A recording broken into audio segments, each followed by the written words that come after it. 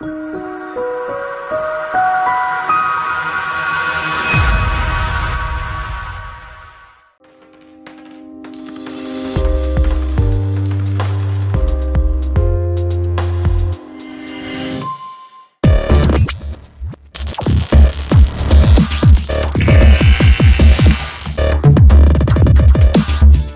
mismo constituyó a unos apóstoles, a otros profetas, a otros evangelistas, a otros pastores y maestros, a fin de perfeccionar a los santos para la obra del ministerio. Versículo 13. Hasta que todos lleguemos a la unidad de la fe y del conocimiento del Hijo de Dios, a un varón perfecto, a la medida de la estatura de la plenitud de Cristo. ¿Y todo eso para qué? Para que ya no seamos niños fluctuantes, llevados por doquiera de todo viento de doctrina, por estratagemas de hombres que para engañar emplean con astucia las artimañas del error, sino que, siguiendo la verdad en amor, crezcamos en todo en aquel que es la cabeza, esto es Cristo, de quien todo el cuerpo, bien concertado y unido entre sí por todas las coyunturas que se ayudan mutuamente según la actividad propia de cada miembro, recibe su crecimiento para ir edificándose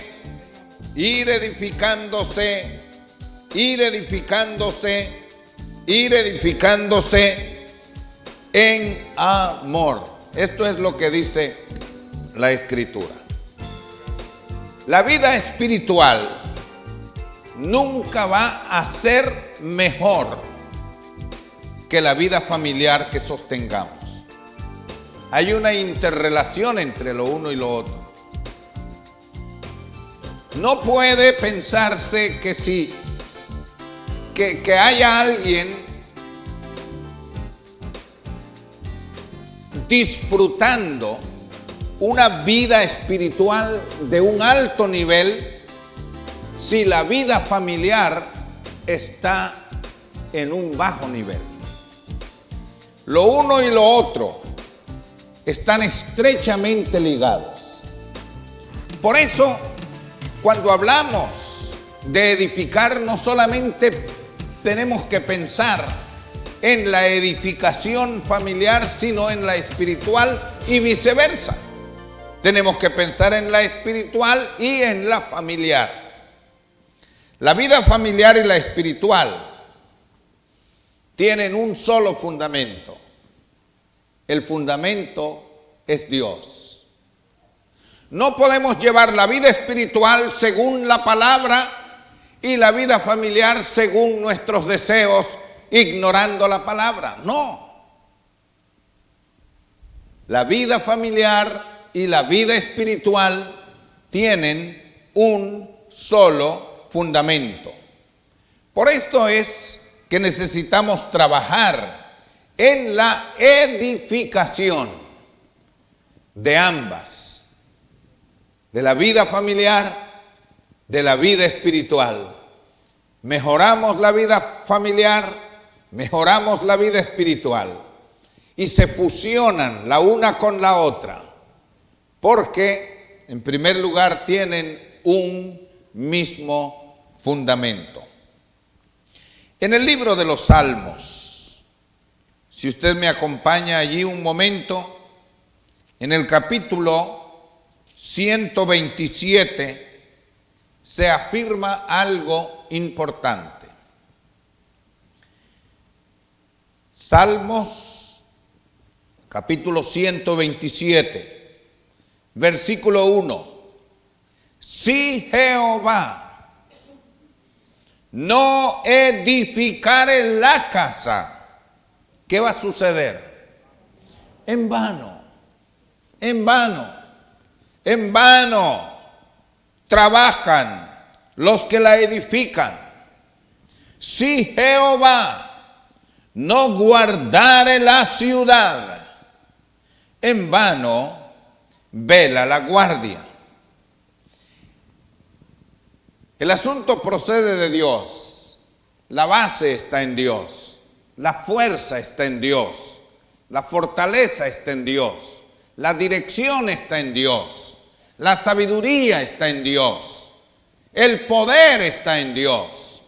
Todo lo que necesitamos para formar la vida espiritual y para formar la vida familiar está en Dios, tiene su asiento en Dios. Vamos por un momento al Evangelio según San Mateo, un pasaje que usted conoce. Este día hemos cantado de eso, esta semana hemos cantado de eso toda la semana. San Mateo capítulo 7.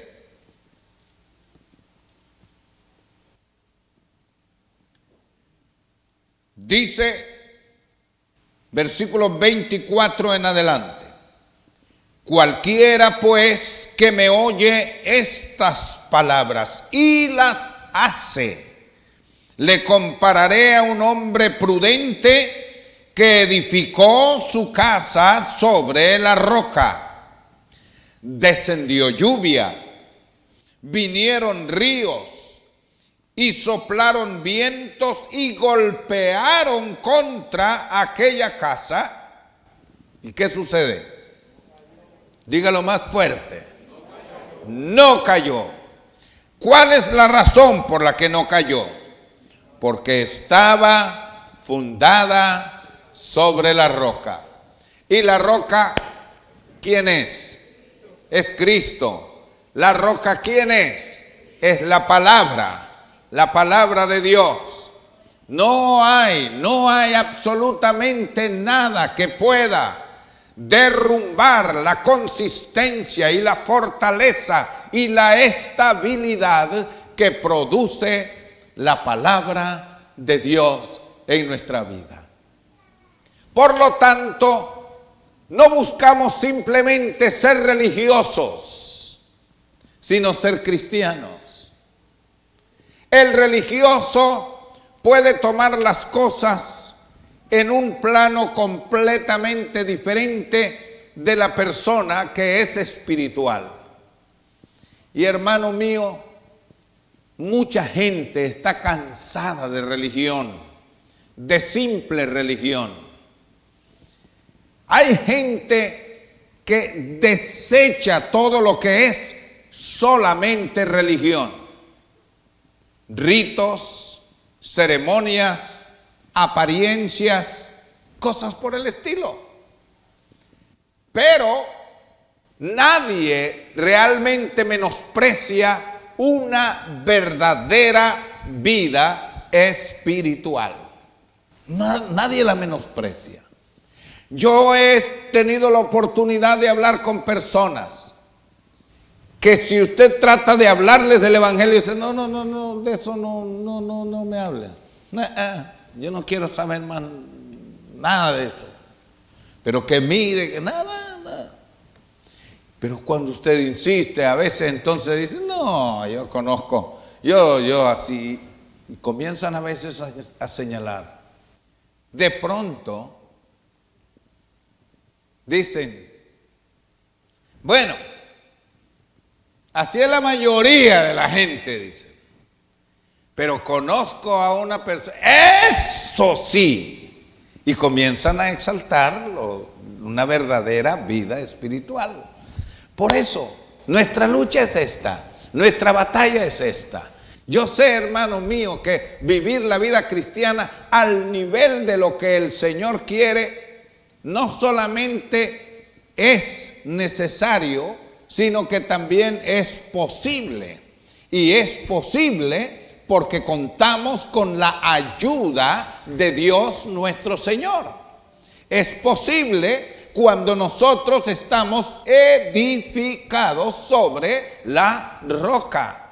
Y cuando nuestra vida responde a los principios establecidos por el Señor en su palabra, tanto en nuestra relación con los demás familiares en casa, como nuestra relación en el comercio, nuestra relación con las personas en el ambiente laboral, nuestra relación con las personas en la comunidad y de cualquier lado que nos vean. Ellos pueden ver una cosa nada más, y es que usted se asemeja a Jesucristo en esto o en aquello, y entonces la gente tiene que reconocer y decir, verdaderamente este es uno de ellos.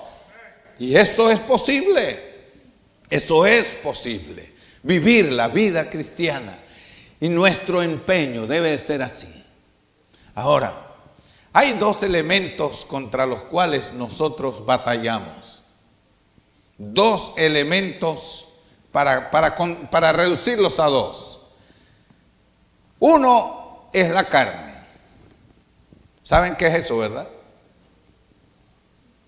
Anda tan pegadita a nosotros, ¿no? Pero la carne no se refiere a la carne. Es una forma de hablar de las cosas que no son espirituales, sino que son carnales. Y la carne es uno de nuestros enemigos, de los elementos frente a los cuales nosotros tenemos que luchar. El otro es el diablo. No para echarle la culpa al diablo simplemente y tratar de, como torero, nosotros decir olé y pasa. No, pero el diablo sí es el diablo. Vive constantemente acechando. Y es lo que dice la Sagrada Escritura en diferentes formas. Dice la Biblia, no tenemos lucha contra carne y sangre. Entonces, no vamos peleando allí. Nuestra verdadera lucha está ¿dónde? Dice que tenemos lucha contra principados, contra potestades, contra las huestes espirituales de maldad en las regiones celestes. Y no es que vamos a andar viendo demonios por todas partes, porque algunas personas a veces le echan la culpa al diablo hasta de que si les pica aquí. El diablo no me deja tranquilo. No se trata de eso, señores. Pero el diablo lamentablemente está vivo. El diablo está activo. El diablo está dedicado a lo que él sabe hacer. Está empeñado en tratar de lograr el que usted y yo no vivamos como debemos vivir la vida cristiana, triunfante y victoriosa, como el Señor quiere en su santa palabra. Pero hay buenas noticias. La Biblia declara que debemos simplemente resistir. ¿Qué es lo que dice que debemos hacer? Resistir. Dice, resistid al diablo. ¿Y qué promete? Usted se puede imaginar al diablo, en vez de andar detrás de usted siguiéndolo para molestarlo, huyendo de usted. Huyendo de usted. Y usted camina para un lado y el diablo dice, uy, ahí viene y este va más rápido. Usted puede hacer eso. Usted puede hacer huir al enemigo. Pero para eso tenemos que estar edificados en la palabra del Señor. Fíjese el pasaje en Mateo, que es el último que hemos leído. Dice que hay 3 clases de adversidades a las cuales nosotros nos enfrentamos, cuando menos están ilustradas aquí, simbolizadas acá. habla de ríos, habla de vientos y habla de lluvia. Lluvia, ríos y vientos. Pero no importa si es lluvia, no importa si es ríos o no importa si son vientos a los cuales hemos de enfrentar. Lo que garantiza acá es que si estamos edificados sobre la roca, entonces no vamos a tener fracaso, no vamos a experimentar fracaso. Hay quienes piensan de que los fracasos espirituales son inevitables y eso no es cierto, no es cierto. En el Señor somos más que vencedores. ¿Qué somos en el Señor? Más que vencedores. Y podemos vencer una y otra y otra y otra vez. No hay nada en la Biblia que nos ofrezca que no vamos a tener pruebas, que no habrá lluvia que nos intente embeber, o ríos que nos intenten arrastrar, o vientos que quieran arrasar con nosotros. No hay nada que diga eso. Lo que sí dice es que podemos todavía, después de todas estas cosas, estar firmes por cuanto nosotros estamos edificados en la roca que es la palabra de Dios. Aleluya. Entonces, necesitamos varias cosas. El fundamento, naturalmente, de la familia, es importante estar velando ese fundamento, como también es importante ver el fundamento espiritual de nuestra vida. Una cosa que nosotros podemos y debemos hacer es estar revisando el fundamento. ¿Estoy yo edificado sobre la palabra de Dios? Y el que está edificado sobre la palabra va a poder entender una cantidad de cosas que le favorecen. También tenemos que velar no solo por el fundamento en el hogar. La palabra del Señor nos habla acerca de la importancia de tener respeto, fidelidad, confianza y amor. Pero también necesitamos comunicación, obediencia, justicia y paz. Y además de estas cosas que nosotros necesitamos cultivar, está la cobertura espiritual que nos es proporcionada de la fe en Dios, fe en su palabra y fe en el Espíritu Santo y la obra que Él hace en nosotros. Cuando pensamos de los frutos de la vida cristiana, no tenemos nosotros que verlo como una misión imposible. No. ¿Por qué? Lo que tenemos que hacer es dejarnos en las manos del Espíritu Santo para que Él haga producir ese fruto en nuestras vidas.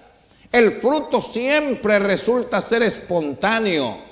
El fruto siempre resulta que es el producto de los elementos internos que se manifiestan en el fruto en forma externa. No es que nosotros estemos buscando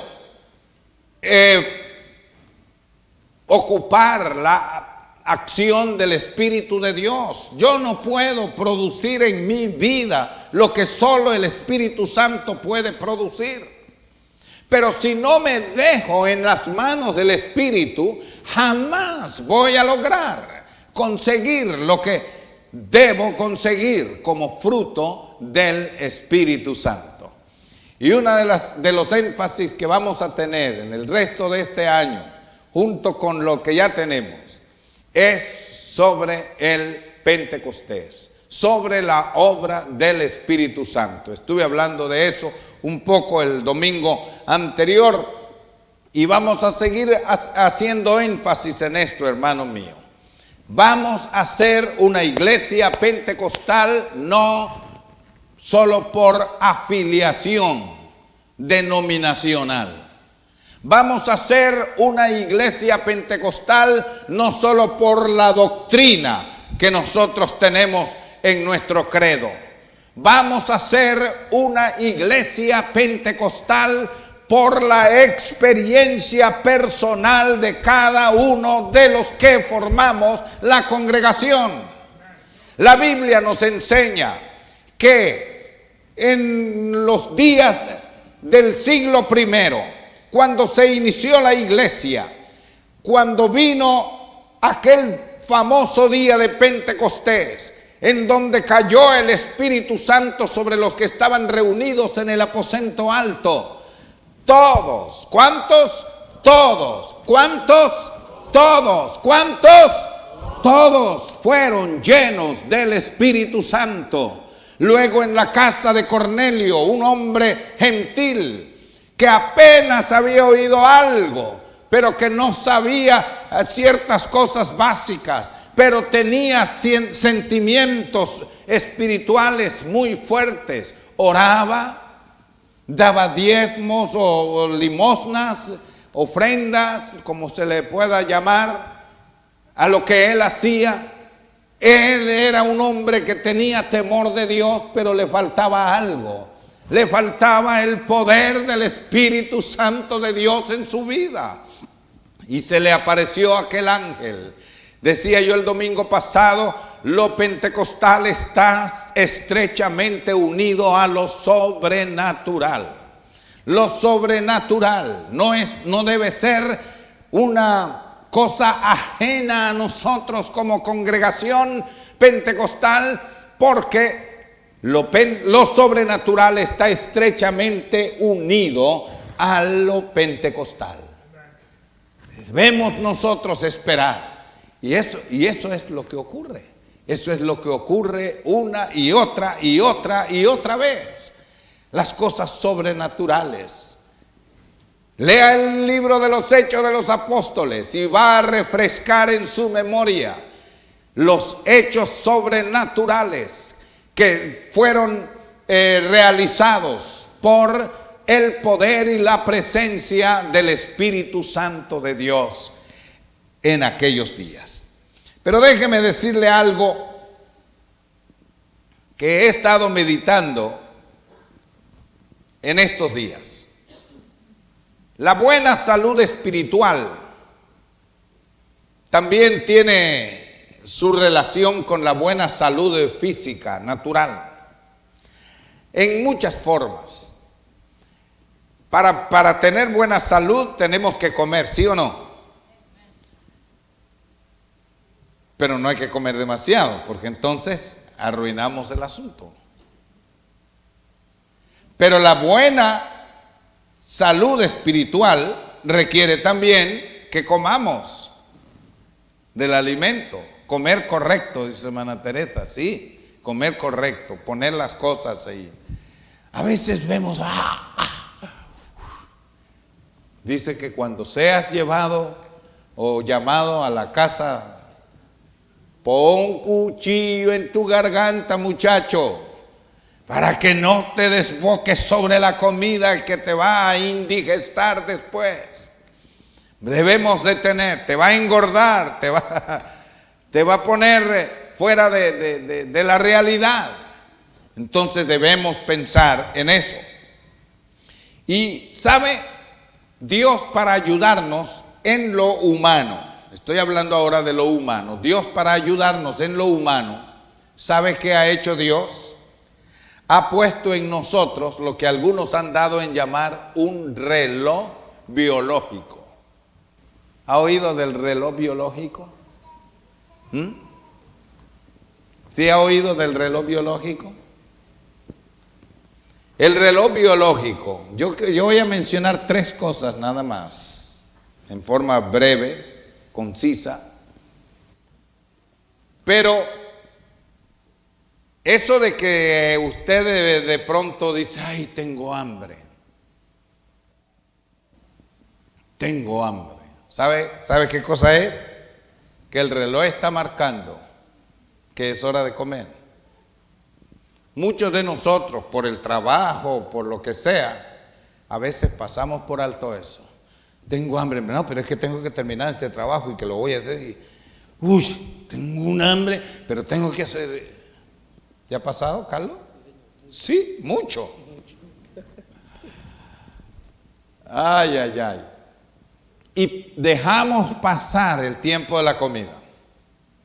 Terminamos el trabajo, después viene, dice, ay, pero ya se me quitó el hambre. O tenemos tanta hambre que agarramos y casi sin procesar, engutimos y comemos. Y después quedamos, ay, yo creo que comí demasiado. El reloj no es en vano que Dios lo puso. Este reloj biológico tiene otra función. En ciertos momentos nos indica que el cuerpo quiere deshacerse de las cosas que hay que desechar. Y sabe, es malo eso, sentir esa necesidad e ignorarla. A mí me decía un tío mío que era médico farmacéutico, me decía, Jerónimo, tú nunca aguantes necesidades fisiológicas. Hay muchas personas, hermano, que podrían evitar algunas enfermedades que han tenido que enfrentar si manejaran bien el asunto y le prestaran atención al reloj biológico.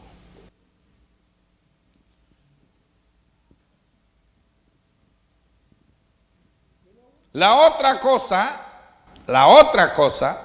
dije que iba a mencionar 3, pero la otra cosa es el descanso, el sueño. Usted anda trabajando, usted anda para acá, usted anda para allá, pero de momentito llega, comienza a bostezar. El reloj biológico le está indicando es hora de irse a dormir. Pero la novela, ay Señor, pero el deporte, pero yo no sé qué, lo que sea. Y entonces insistimos. Por último, cuando ya casi estamos de arrastrar los pies, ya me voy a dormir ya. Y entonces sí vamos y nos acostamos, sí dormimos. El cuerpo ha estado funcionando de manera irregular en 3 cosas esenciales, muy esenciales. Préstele atención a eso. Su salud físicamente va a ser mejor si usted le presta atención a su reloj biológico. Pero ahora vamos a trasladar el reloj a lo espiritual. Vamos. ¿A qué hora sufre usted hambre de la palabra? Dice hermana Teresa que a toda hora sufre ella. Bueno. Pero hay personas, perdón. Bueno, cuando estamos en pruebas y todo, ¿verdad? Yo no sé si es apetito o es una situación que nosotros decimos, ay Dios mío, lo que no quisimos hacer bien antes, ahora nos toca hacerlo. Pero hermano, hay momentos cuando el alma nos está pidiendo comunión con Dios. Hay momentos cuando el alma está pidiendo alimento, que no es pan, que no es carne, que no es leche. Está pidiendo alimento espiritual. Prestemos atención a eso.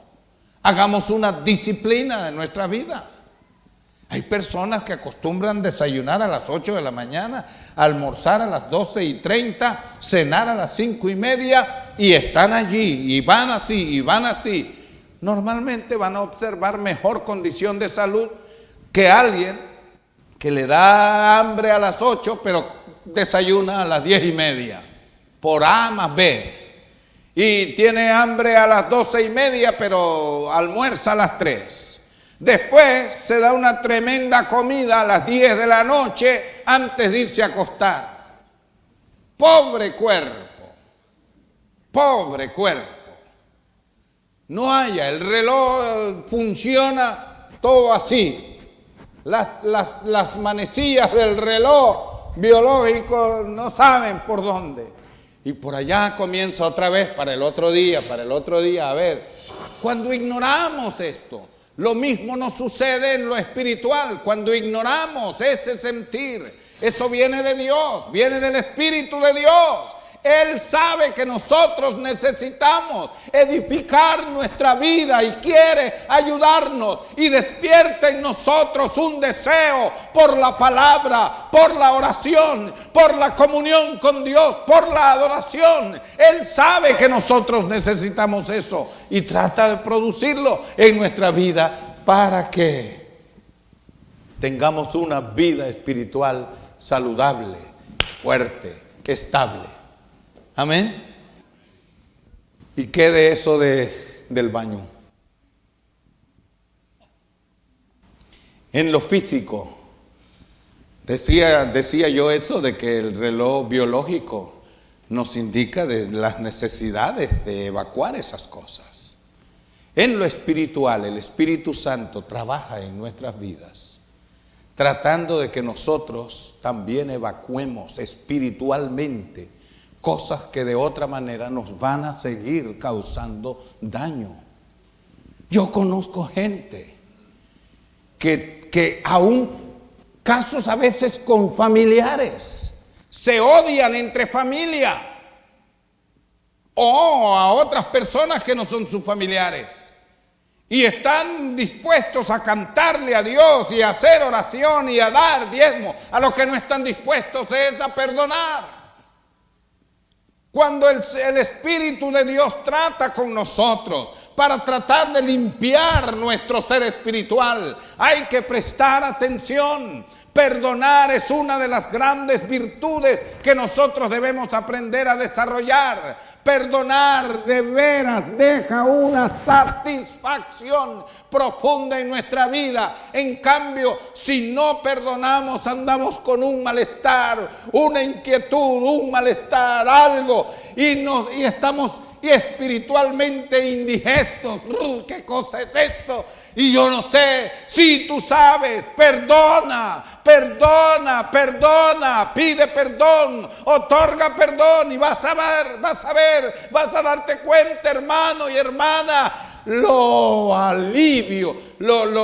alivio tremendo que produce al alma cuando nosotros aprendemos a perdonar. Pero es que esto, lo que pasa es, olvídalo. Eso no te está haciendo bien, deséchalo, échalo fuera. Oh, qué bueno es venir al altar. Y por eso es que el Señor, fíjese que tan serio es eso. El Señor habló de eso en forma concreta. Dice, si tú vienes al altar y te acuerdas que tu hermano, X, Y o Z, tiene algo contra ti, ve y reconcíliate primero con tu hermano. Después ven y ofrece tú presente. Así es como lo enseña la palabra del Señor. Y el descanso. Yo no sé, hermano. Usted es el que sabe. Usted es el que sabe si usted le presta atención a ese relojito que trata de indicarnos. Es hora de estar en descanso espiritual, en comunión con Dios. Es hora de ir. Algunas a veces quieren ir a orar, pero no van. Dicen, no, voy a obligarme. Y pasan los días y nada.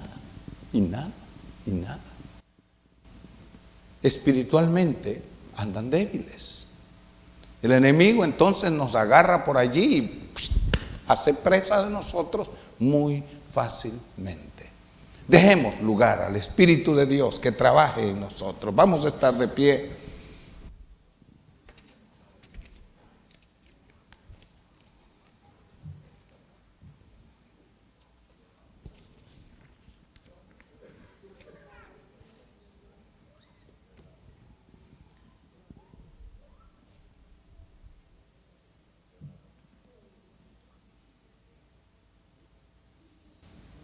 Dice que nosotros, si estamos edificados sobre la roca, ¿qué va a pasar?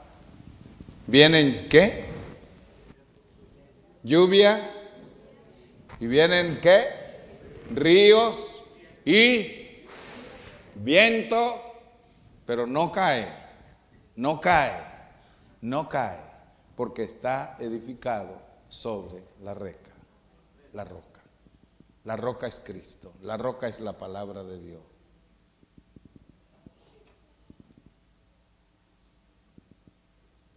Aprendimos un coro bonito. A ver, ¿quién lo canta?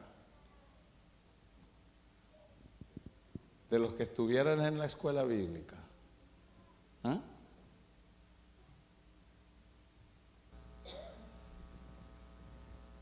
Construye tu casa sobre la roca. ¿Y qué? Y vencerá. Vamos a hacer una oración. Padre, en el nombre de Jesús, permite que podamos dejar libertad a tu Espíritu en nosotros para hacer aquellas cosas que son necesarias, para mantener alerta espiritual en nuestra vida, del tiempo adecuado, para leer tu palabra, para orar, para comunicarnos espiritualmente contigo, para limpiar nuestro corazón y nuestra vida en todas aquellas cosas que son un estorbo a la edificación espiritual. Ayúdanos, Señor, ayúdanos.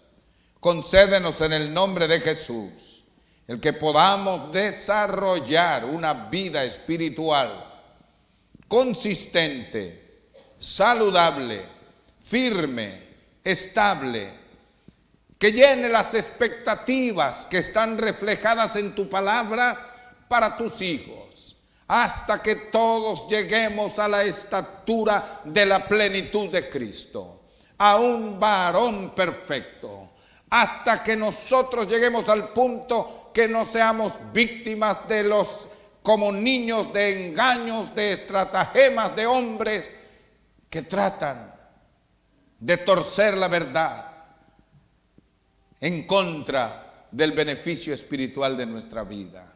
Ayúdanos, Señor, que sea este un material de reflexión y que contribuya a una decisión firme de nuestro corazón para vivir en ese proceso que tú quieres dirigir y cumplir en nosotros, en el nombre de Cristo Jesús el Señor.